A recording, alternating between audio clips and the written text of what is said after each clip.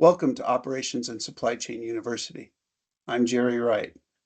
This is lesson number 8, Visual Management and Visual Controls, part of your Ops University Lean Six Sigma Yellow Belt certification course.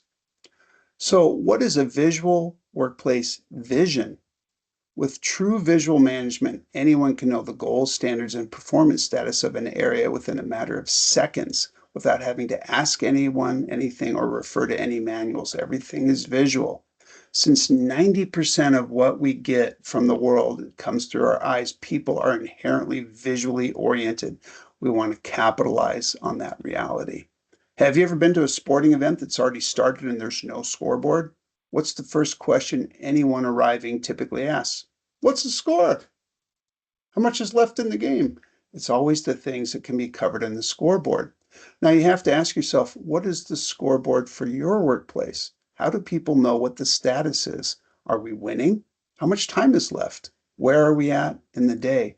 So scoreboards and visuals are important. Now they won't likely look like this scoreboard, but they need to be something visual that we can follow.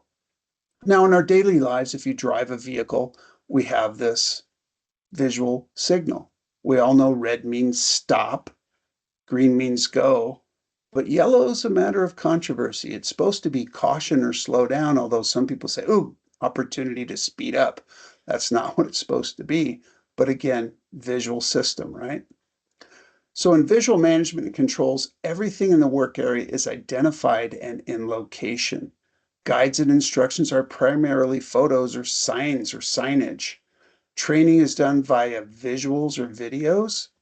Where applicable, the work is outlined in a shop floor controller visual work management system to guide operator work and ensure quality is maintained. Sometimes that's a luxury for a company. You can do it, with simple laminated visuals, but a nice computer-based system is fantastic if you can get it. We want variation and waste to clearly stand out, and we want the controls for safety, quality, speed, and cost to be clear and visual and simple. We want to transform chaos into order. We want to communicate status and needs immediately.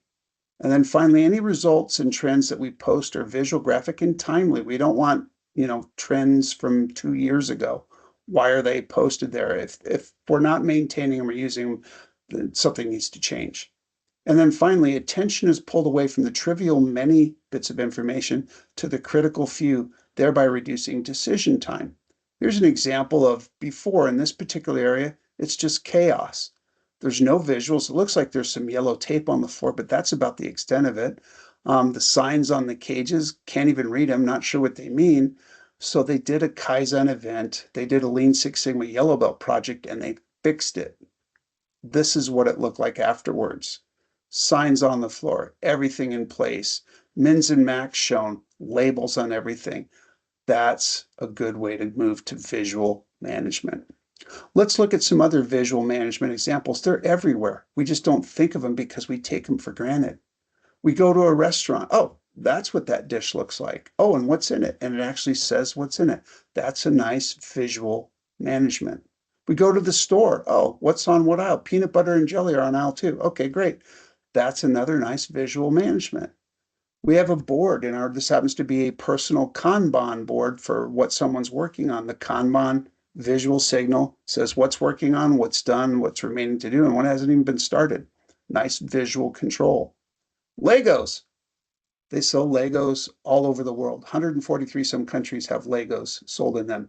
Do you know how many words are on the Legos? The only word that's on there is Lego. Everything else is pictures, arrows, numbers, all visual. Keep in mind too, kids putting Legos together sometimes don't know how to read. So again, can't have a lot of words.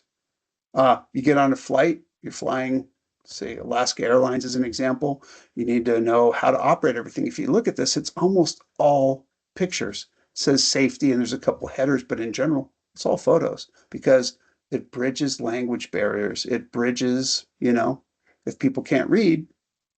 So, and then finally, IKEA, right? IKEA, they actually have you can call IKEA if you need help, and they probably have someone who can walk you through it, but essentially, they're trying to get away from doing anything with, words, make it all visuals, make it all very straightforward. Here's some other ones. Think about this. Where would you like to work? These are actual pictures of places I've worked before we did the transformation. That center one is actually where Buddy had all his computers stored in the welding area. But that's our quality QC area on the left. Now, I like that better. How about you? Buddy's area? We fixed that. And then again, imagine these are the better places to work. Now, do you want to get more visual? Gwendolyn Galsworth, I've known Gwendolyn for a long time through the Association for Manufacturing Excellence. She has a book called Visual Workplace, Visual Thinking. It's actually a winner of the Shingo Prize for research, and they give that away for people who write really good books. You can get Gwen's book online at Amazon. And again, a great resource for you to look at to become much more visual. It's important to be visual if you want to be effective. All right, that's it for lesson 8. Thank you.